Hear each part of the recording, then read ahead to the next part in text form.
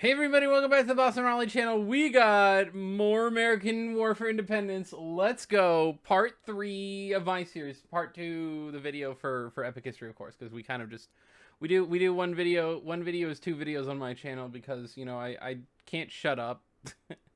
I double the length of this series. If you want to go just watch it, go watch Epic History. If you want to celebrate the 250th anniversary with me, we can watch this together. I love Merica. We watched last week as they went and overthrew a lot of sentiments. They did a lot of good things. You see today all of these different riots and protests and everything.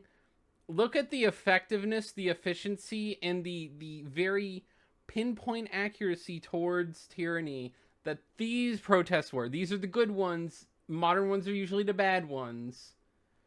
When you actually look at what you can do to change the lives of the people around you, what cause does it further to have a protest in the way that you do? Boston Tea Party is excellent. Mwah! Très magnifique. The best protest ever. No one can even catch us. The protest was amazing though. I like this. This is great, and it's literally just over taxes, and that's my favorite. If you want to sell me on anything, anti-taxation is probably going to be the number one. And so let's keep watching.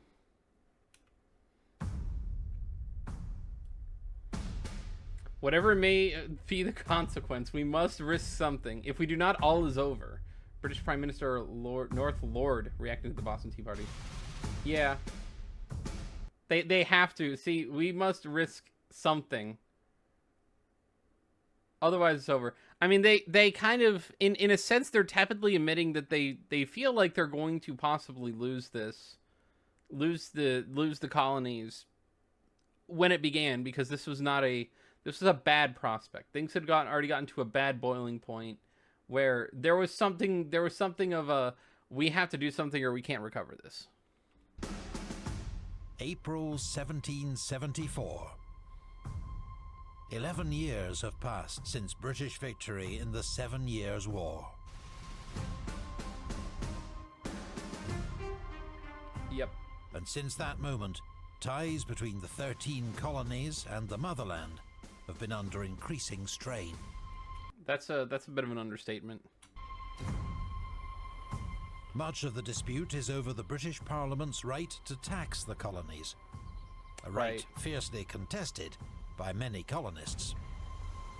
I mean, these are all different examples at different times, right? Because you have the Sugar Act in 64, the Stamp Act in 65, that's the big one, of course. The Townshend Act in 67, and then the sort of the straw that broke the camel's back being the Tea Act in 73. All of those it's a litany of taxes within a less than 1 decade period. It seems like a long span of time, but again, people were not interested in being the frog in the boiling water. This is what I love about America. In a way, a lot more than exists now. We need to recognize the push, the direction intended by the suppressor here, being Britain. They wanted to have taxes. We didn't want them to have taxes. This is not all at once. Again, 9 years span here. 64, 65, 67, and 73. All of these 4, which I believe are the main tax codes and things that were thrown in through that decade. It's still bad. You don't want to be the frog in the boiling water, and that's what America was founded on, is not being the frog in the boiling water. But it is also a conflict over sovereignty, about who governs in North America. On the frontier, right, and for all colonists who have a stake in westward expansion, there are added reasons to resent the British government.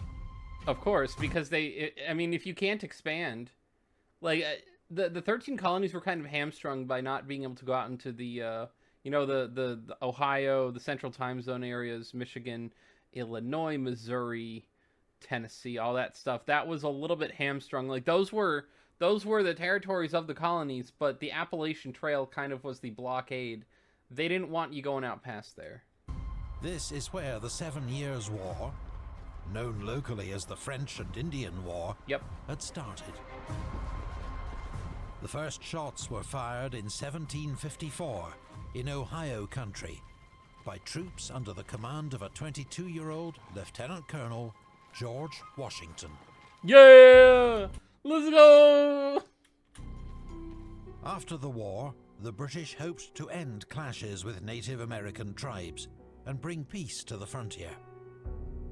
To this end, in 1763, a royal proclamation is issued, which imposes limits on further westward expansion beyond the Appalachian Mountains into the land now termed Indian Territory. Oh boy. For colonial land speculators, pioneers, and farmers, the proclamation cuts off access to a vast source of cheap land. Right. And stokes further anti-parliamentary feeling. Imagine like the central time zone just being considered the West. This is how far we've come in today's society, where like the Midwest, the urban Midwest especially, not even the Great Plains, but everything east of the Louisiana Territory at the time was considered the West. We've expanded westward very quickly in the following century. The colony's list of grievances seems to grow year by year. And with each new attempt by the British Parliament to assert its authority, colonial resistance grows fiercer and bolder. The destruction of 46 tons of East India Company tea in the so-called Boston Tea Party is the final straw. Yeah. Lord North's government decides to make an example of Boston and the colony of Massachusetts. In the spring of 1774, the British send 4,000 troops to occupy the colony and pass a series of measures known as the Coercive Acts. The governor is replaced by a new military governor, General Gage. Boston's port is closed to commerce by Royal Navy blockade. Representative assemblies in Massachusetts are limited, and it becomes easier for British troops to requisition housing throughout the colonies.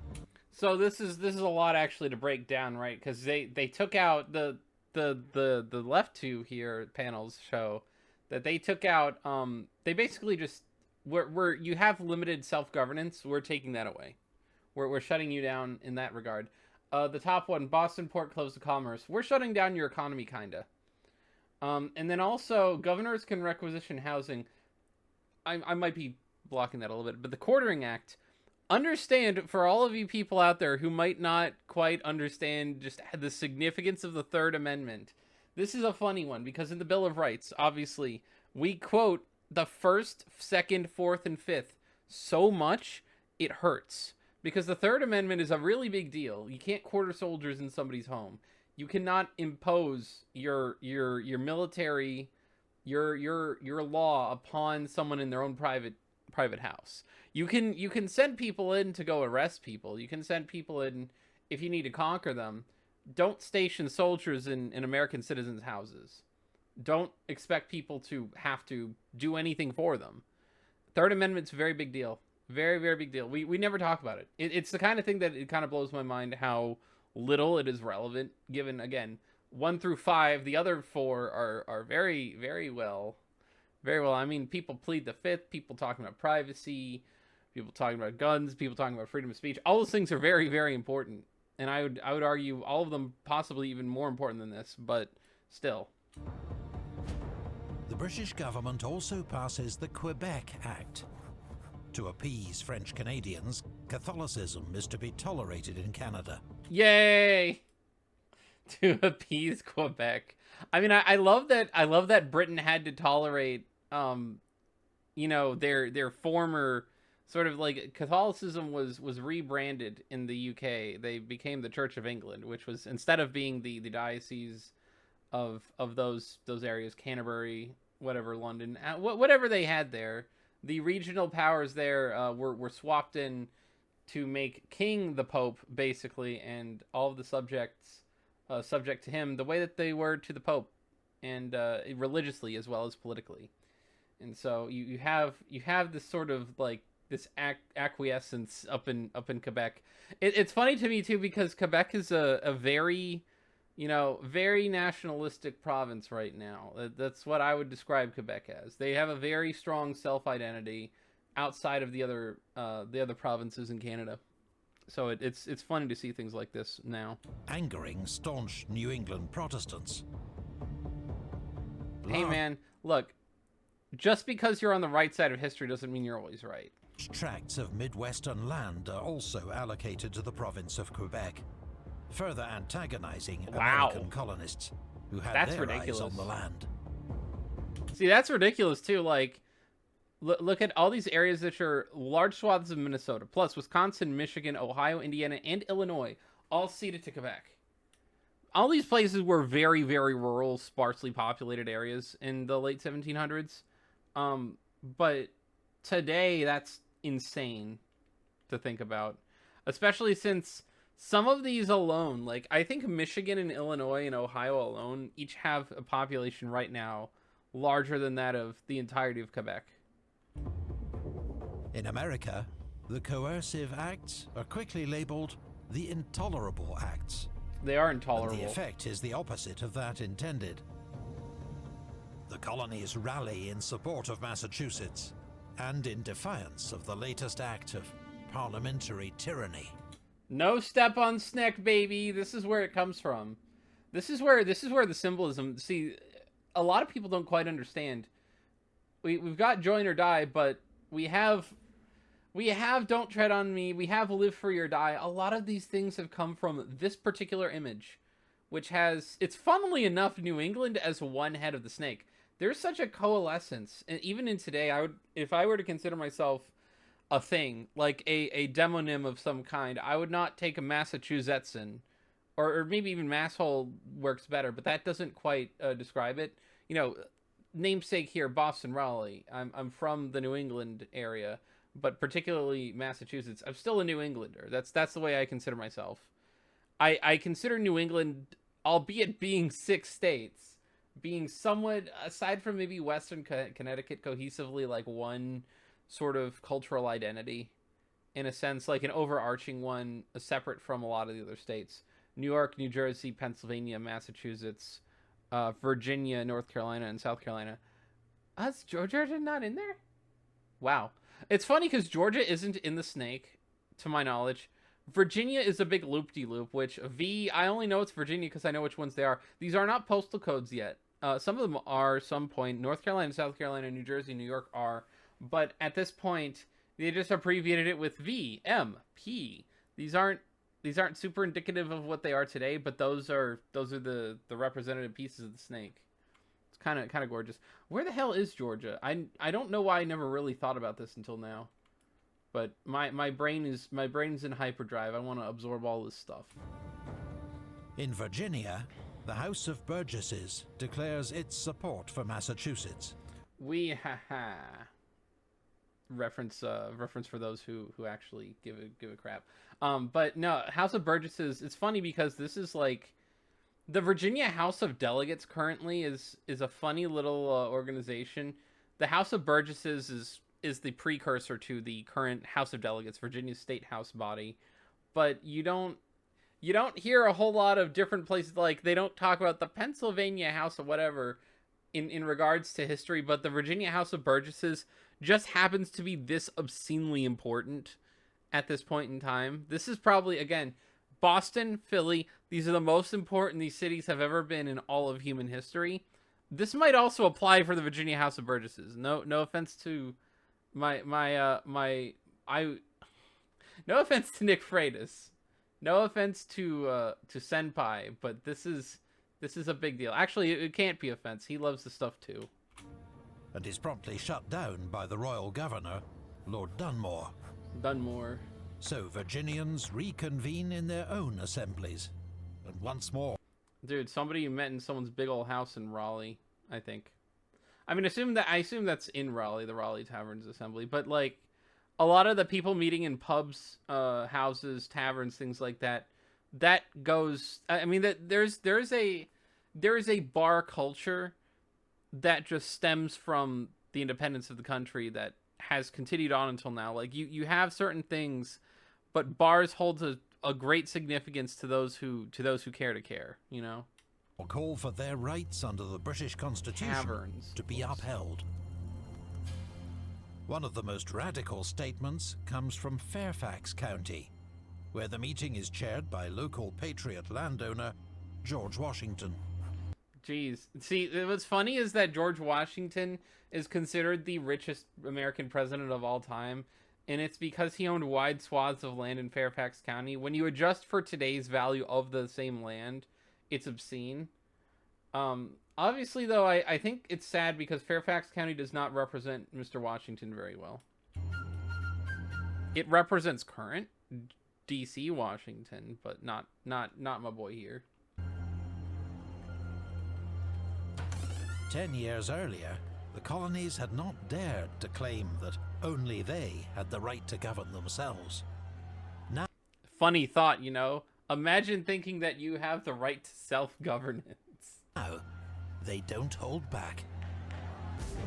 No old barred. Resolved, as the inhabitants of the American colonies are not, and from their situation cannot, be represented in the British Parliament, the legislative power here can of right be exercised only by our own provincial assemblies. Right, and this is a lot of, like, I think a lot of people sort of underrate modern federalism. I say modern to differentiate between, like, late 1700s, what a federalist was, and what you would consider federalism today, throwing that term around, because they are a little bit different. Actually, very different. But federalism, in the modern sense, is the idea that states give the government their power individually. States cohesively make up the United States, so power should come from the people and the states, right?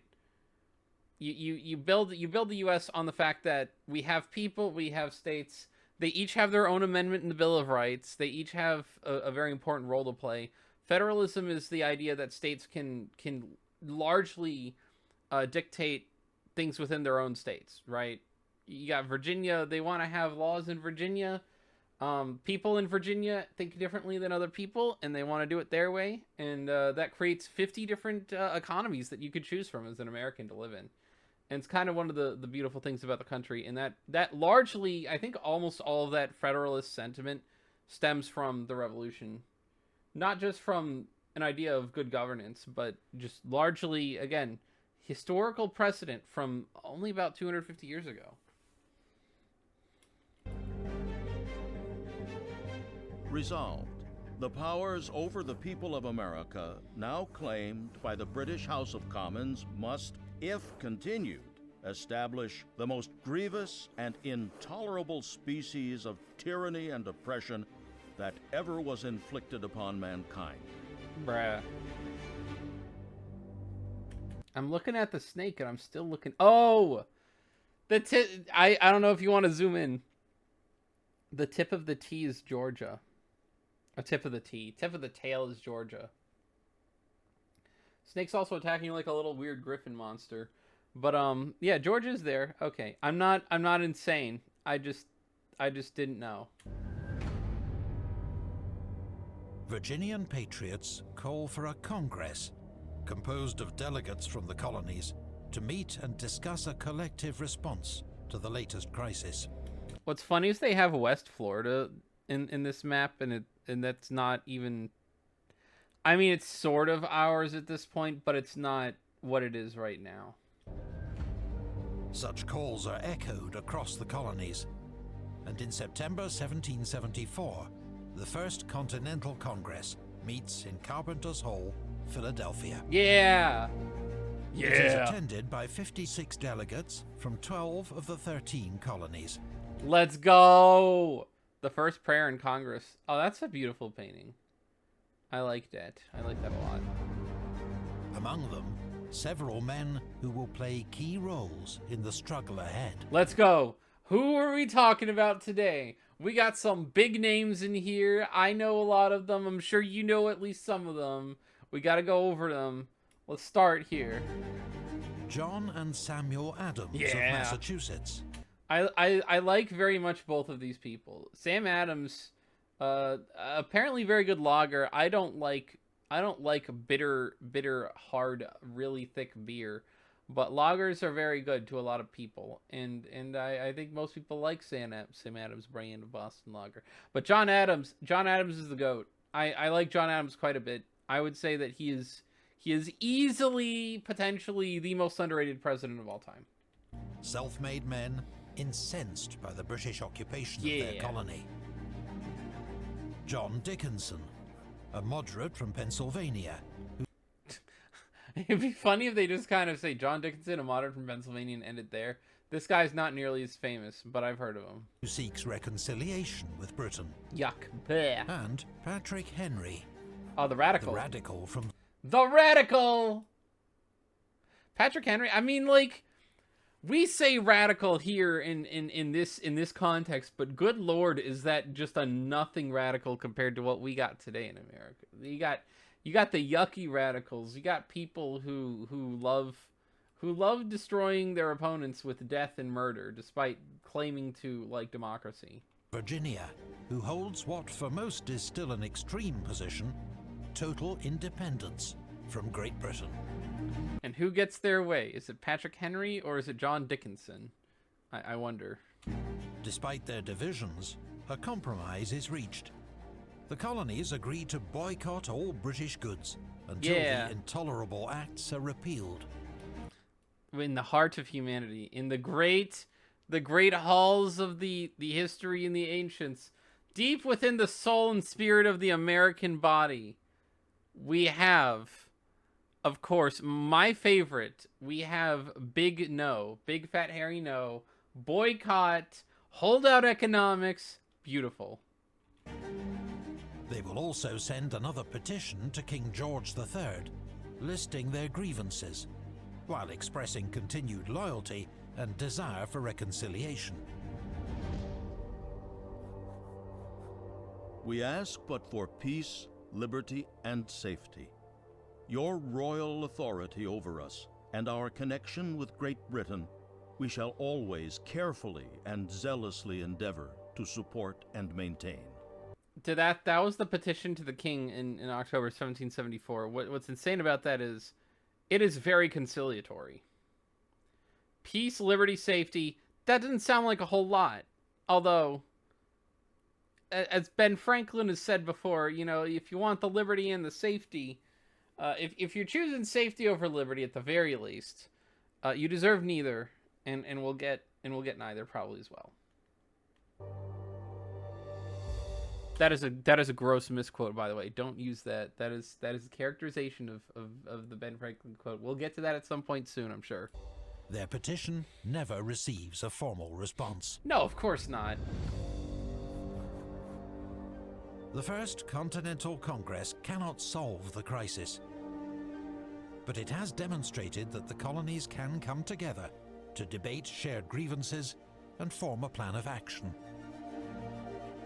The delegates are impressed with their fellow Americans and recognize the importance of their task. A new sense of solidarity inspires confidence that, if required, they can work together again for the common interest of all. Right. There is a lot of tension brewing, right? You got the First Continental Congress. They sought peace with Britain. Britain said nay. Nay. Watch me whip you into submission. The disease was believed to have been confined to the town of Boston, but now it's so universal there is no knowing where to apply a remedy. From Thomas Gage, who was the general, the governor at the time of Massachusetts, I think, right? In America, the long history... Look at that art. That's kind of wild. I mean, Native Americans in that area did actually kind of look like that, though. Of colonial and frontier wars means most British colonies maintain their own militia. Right. Now, these part-time citizen soldiers are training regularly under local officers, anticipating a confrontation with the British. It's a growing concern for General Thomas Gage, the British commander in North America, with 4,000 troops in Boston. Also, for those of you not really familiar with the area, the city of Boston itself is surrounded by water. This is the importance of Boston Harbor here. It's a big maritime center hub. And you have all the different like suburbs and the other towns and cities around it that are still pretty like big deals to this day. Look at little like where I'm from, where a lot of my family's from, Newton, Massachusetts. All that way out from Boston. I mean, all of these places are close. All of these places are really close to Boston. Like 15, 20-minute drives.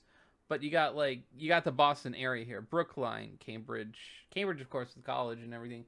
Lynn up in the northern part of the Boston area. Medford.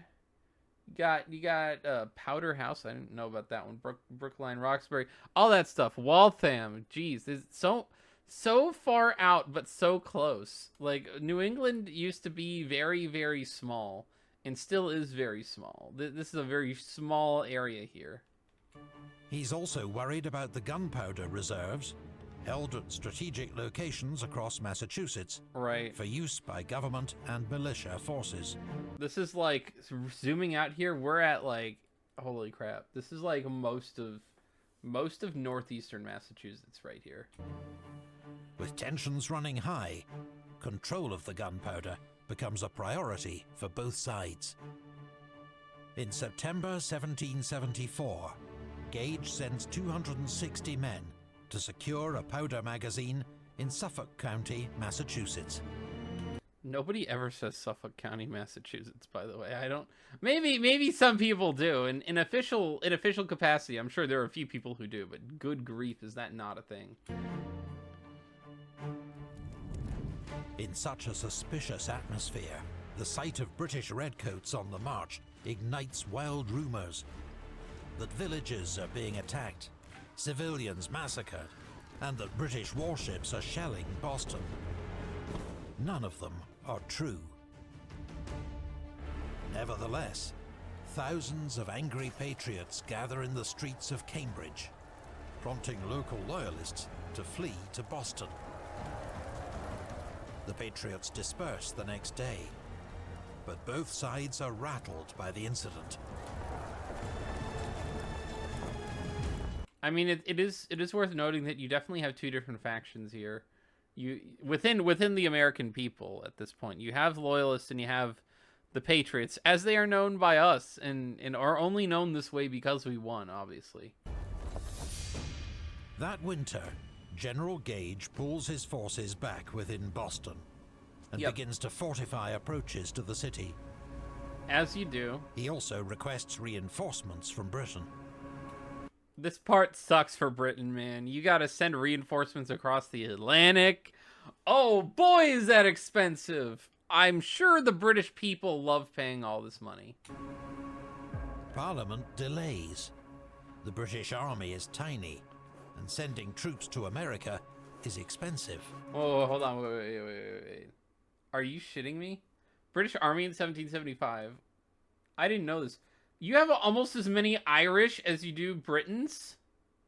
Jeez. And what is it, West Indies, other Mediterranean America? That's crazy. You would think it would be mostly Britons and Americans, you know? Some Irish, obviously, but Ireland makes up like a third of this army, almost. That's wild. Well, more than a quarter at the very least. That's kind of wild.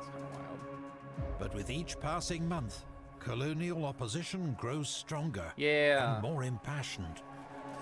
Yeah, burning of the ship Peggy Stewart. I've never really given that a lot of thought, but I guess that is a thing. Parliament declares parts of the colony of Massachusetts to be in active rebellion. Yeah, these are still the old maps. It's funny to look at, like, Massachusetts is in New England broadly, like New Hampshire, Massachusetts, Connecticut, and Vermont. Some of the only states whose geography maintained precisely what they were. Actually, I'm not 100% sure. New Hampshire, the top up in Coos County might be a little bit different here. But these are all the same geography they had for like 400 years. It's kind of wild. You look at states like Pennsylvania, you look at states in New Jersey and Delaware fall into this category too. You look at states like New York, Virginia. There's parts of it that either aren't there anymore, are there that weren't there then, all that kind of stuff. New England is super old. You ever go here? A lot of old houses, a lot of old buildings. Boston has kept a lot of their stuff intact, but they've unfortunately they've updated a little bit too much just around the Boston metro for my tastes. You still have a lot of very old Americana up in New England. On the 23rd of March, 1775. Yeah, see, Coos County, the tip of it is just gone in that little New Hampshire map. Patrick Henry addresses the Virginia Convention. If we were base enough to desire it, it is now too late to retire from the contest. There is no retreat but in submission and slavery. Our chains are forged. Their clanking may be heard on the plains of Boston. The war is inevitable. Just like Thanos. And let it come. Just like Thanos. Oh boy. I repeat, sir, let it come. Indeed. Take it on good and strong, you know. That's the only real good option you have left. I know not what course others may take, but as for me, give me liberty or give me death. That is the single most, I think this whole little spiel here is probably the single most iconic Patrick Henry quote. Probably the most the most completely like monumental Virginia quote prior to 1776. It's insane. Patrick Henry, of course, he's the radical, right? Give me liberty or give me death. That sentiment, that's a Virginian sentiment at this time. It still exists today. You want to know where it exists? All of you pro-Virginian people, you want to know where it exists? You ever heard of live free or die? That exists today in America in some capacity, in a place that you probably don't expect. The following month, General Gage receives orders to disarm the local militia and arrest its leaders. Right. He targets a small town 20 miles from Boston called Concord, where he believes Patriot munitions and stores are stockpiled. Funnily enough, this is still Concord, Massachusetts. But the Patriot militia know the British are coming, and the long-simmering standoff between Britain and its colonies is about to explode. Rather, as an amendment to what it sounded like I was trying to say, it is Concord, Massachusetts, rather than the more famous Concord. Well, the more, I guess, noteworthy Concord, I guess. I don't know. Within historical context, I feel like this Concord is a little bit more important, but at the same time, you know, it is New Hampshire's capital, so I don't know. It's a different almost all the states have towns and names that they're so similar. You have Salems everywhere in the country. You got freaking green everything everywhere in the country. All kinds of stuff like that. What is it? Springfield? Springfield's another one. Into open warfare.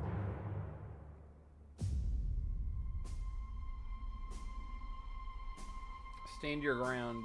Don't fire unless fired upon. But if they mean to have a war, let it begin here. Captain John Parker. 19th of April, 1775, Boston. Indeed. Around midnight, 700 British infantry, drawn from elite grenadier and light infantry companies, cross Boston Harbor in boats. Dude, we're gonna get into epic histories like battle strategy shit, and that's just glorious. You can tell by the X's that kind of represent these little parts of the armies. Got light infantry 350 and 385 grenadiers. See, it's funny how, again, the American War for Independence, we are talking about very small amounts of soldiers compared to other major wars, and in historical matters of large scale anything, especially in this period of time in the world, this is a very small army. But it was a very expensive army for Britain to have to conjure. And begin their march to Concord. They are led by 51-year-old Colonel Francis Smith, who's been stationed in America for 8 years. His operation is supposed to be secret. The route has been carefully planned, and British scouts and spies patrol the countryside. Going all the way up to Concord. See, this is the idea here, is that they're gonna knock away through all these little towns.